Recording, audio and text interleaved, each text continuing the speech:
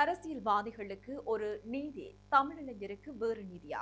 இப்படி கேட்கின்றார் நாவலம்பே. விரிவுரையாளர் கைகளால் கழுத்து நெரித்தே கொல்லப்பட்டார்.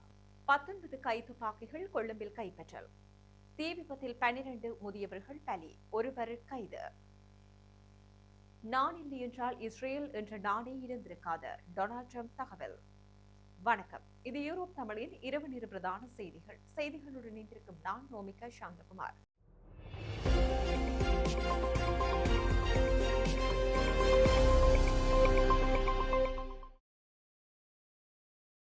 இனி தொடர்பான விரிவான செய்திகள். அரசாங்கத்தால் பயங்கரவாத தடை சட்டம் பாரபட்சமான முறையில் அரசியல் தேவைகளுக்கேற்ப பயன்படுத்தப்படுகின்றது என ஸ்ரீலங்கா பொதுஜன பெரமுனவின் பாராளுமன்ற உறுப்பினர் நாமல் ராஜபக்ஷ தனது எக்ஸ் தளத்தில் பதிவிட்டுள்ளார். அந்த பதிவில் கிளிநொச்சியை சேர்ந்த இளம் கலைஞர் ஒருவர் டிராப் பாடல் ஒன்றில் தமிழீழ விடுதலை புலிகள் அமைப்புடன் தொடர்புடைய உள்ளடக்கங்களை பயன்படுத்தினார் என்ற குற்றச்சாட்டில் கைது செய்யப்பட்டார். இசை மற்றும் கலைசார் வெளிப்பாடுகள் பயங்கரவாதம் சார்ந்த குற்றங்களாக கருதப்படுமாயின் அண்மையில் நிறைவடைந்த உள்ளூராட்சி மன்ற தேர்தல் பிரச்சாரங்களின் போது தேசிய மக்கள் சக்தியின் அரசியல்வாதிகள் புலிகள் அமைப்பின் பாடல்களை பயன்படுத்திய போது இதே சட்டங்கள் ஏன் நடைமுறைப்படுத்தப்படவில்லை என அரசாங்கம் விளக்கமளிக்க வேண்டும் என அவர் குறிப்பிட்டார். அத்துடன் யாழ்ப்பாணம் மாவட்ட தேசிய மக்கள் சக்தி பாராளுமன்ற உறுப்பினர் ஒருவர் அரசியல் லாபங்களுக்காக இவ்வாறான பாடல்களை சமூக ஊடகங்களில் பகிரங்கமாக பகிர்ந்திருந்தார். அப்படியாயின் அப்போது போலீஸ் எங்கே இருந்தது? பயங்கரவாத தடை சட்டம் எங்கே போனது எனவும் அவர் கேள்வி எழுப்பியுள்ளார். சட்டத்தின்படி விடுதலை புலிகள் அமைப்பு தடை செய்யப்பட்ட ஓர் இயக்கமாகும். அந்த அமைப்பின் கொள்கைகளை எவரும் பரப்புவதையோ அல்லது மகிமைப்படுத்துவதையோ நாம் ஆதரிக்கவில்லை என்பதில் எமது நிலைப்பாடு தெளிவானது. எனினும் ஓர் அரசாங்க பாராளுமன்ற உறுப்பினரும் ஒரு சாதாரண இளம் கலைஞரும் ஒரே மாதிரியான செயலை செய்ததாக குற்றம் சுமத்தப்படும் போது ஒருவருக்கு அரசியல் பாதுகாப்பு, மற்றவருக்கு பயங்கரவாத தடை சட்டத்தின் கீழ் கைதும் வழங்கப்படுவது முற்றிலும் தவறானது ஆகும் என அவர் தெரிவித்தார். சட்டமானது அரசியல் வசதிகளுக்கேற்ப வளைக்கப்படக்கூடாது. அரசியல்வாதிகளுக்கு ஒரு நீதியும் சாதாரண இளைஞர்களுக்கு வேறொரு நீதியும் வழங்குவதை ஒரு ஜனநாயக சமூகத்தில் ஏற்றுக்கொள்ள முடியாது. இவ்வாறான செயல்கள் சட்டவிரோதமானவை என அரசாங்கம் கருதினால் அரசியல் பின்னணிகளை பாராது பொறுப்பு குரல் என்பது சட்டத்தின் முன்னால் அனைவருக்கும் சமமாக நடைமுறைப்படுத்தப்பட வேண்டும்.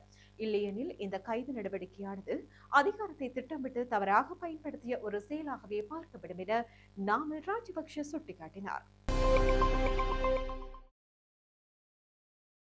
யாழ்ப்பாண பல்கலைக்கழக சிரேஷ்ட சித்த மருத்துவத்துறை விரிவுரையாளர் தயாநிதி திலீபன் கொலை வழக்கில் சாட்சியம், அவதான குறிப்புகள், நீதிமன்ற சான்றுகளை அடிப்படையாக கொண்டு விரிவுரையாளரின் வீட்டில் குற்றச்சம்பவம் நடைபெற்றமை தெளிவாவதுடன் விரிவுரையாளர் கையால் கழுத்து நெரித்த கொள்ளை செய்யப்பட்டுள்ளமை உறுதியாகின்றது என நீதிமன்றத்தில் வெளிக்கொண்டு வரப்பட்டது. குறித்த வழக்கு யாழ்ப்பாண நீதவான் நீதிமன்றத்தில் நேற்றைய தினம் புதன்கிழமை நடைபெற்ற போது நீதவான் எஸ் லெனின்குமார் இதனை தெரிவித்தார்.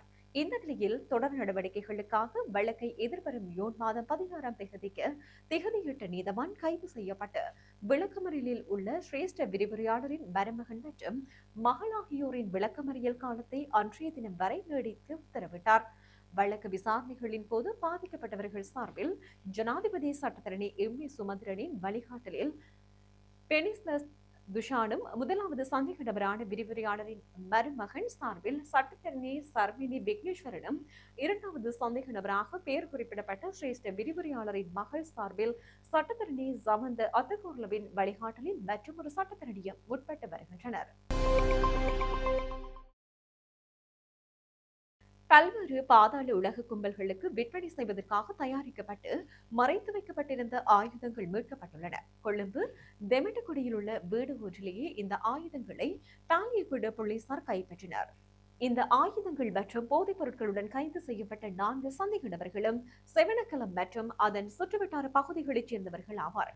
இந்த கைத்துப்பாக்கிகள் வேறு இடத்தில் தயாரிக்கப்பட்டு 2 இடங்களில் மறைத்து வைக்கப்பட்டு தெவட்டகுடியில் உள்ள 2 மாடி கட்டடத்தின் மேல் தளத்தில் அமைந்துள்ள ஒரு வீட்டிற்கு கொண்டு வரப்பட்டுள்ளன. குறித்த வீடு 3 மாதங்களுக்கு முன்பு வாடகைக்கு எடுக்கப்பட்டு ஒரு ரகசிய பதுங்குமிடமாக பயன்படுத்தப்பட்டுள்ளமை தெரிய வந்துள்ளது. முதியோர் இல்லத்தில் தீ விபத்தில் 12 பேர் உயிரிழந்த சம்பவம் தொடர்பில் இன்று வியாழக்கிழமை ஒருவர் கைது செய்யப்பட்டுள்ளார். களுத்துறை, ஹொரணை, அங்குருபாத்தோட்டை, படகொடை பகுதியில் முதியோர் இல்லத்தில் நேற்று முன்தினம் மாலை தீ விபத்தில் இடம்பெற்றுள்ளது.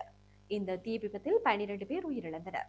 இந்த சம்பவம் தொடர்பிலேயே முதியோர் இல்லத்தின் உரிமையாளர் கைது செய்யப்பட்டுள்ளார். இதே நேரம் முதியோர் இல்லத்தில் இருந்த 3 காணாமல் போயுள்ளனர். அவர்களை தேடும் பணி நடக்கிறது. இதே நேரம் காயமடைந்த 7 பேர் மருத்துவமனையில் சிகிச்சை பெற்று வருகின்றனர். நான் இல்லை என்றால் இஸ்ரேல் என்ற நாடு இருந்திருக்காது என அமெரிக்க ஜனாதிபதி டொனால்ட் ட்ரம்ப் தெரிவித்துள்ளார். ஈரான் மீதான போருக்கு இஸ்ரேல் பிரதமர் நெத்தன்யாகு என்னை இழுத்து விடவில்லை. ஈரான் அணு ஆயுதம் வைத்திருக்க கூடாது என்பதால் தான் இந்த போரை தொடங்கினேன். ஈரான் அணு ஆயுதம் பெற்றிருந்தால் அந்த நாட்டுக்கு இஸ்ரேல் முதல் இலக்காக இருந்திருக்கும். நான் மட்டுமில்லை என்றால் இஸ்ரேல் நாடே இருந்திருக்காது. ஈரானுடன் ஒபாமா செய்த அணு ஆயுத ஒப்பந்தத்தில் இருந்ததை நான் இரத்து செய்ததில் இருந்து இஸ்ரேலை பாதுகாப்பதற்கான நடவடிக்கைகள் தொடங்கின என ட்ரம்ப் அளித்துள்ள நேர்காணல் ஒன்றிலேயே தெரிவித்தார். செய்திகளின் நிறைவாக மீண்டும் தலைப்புச் செய்திகள்.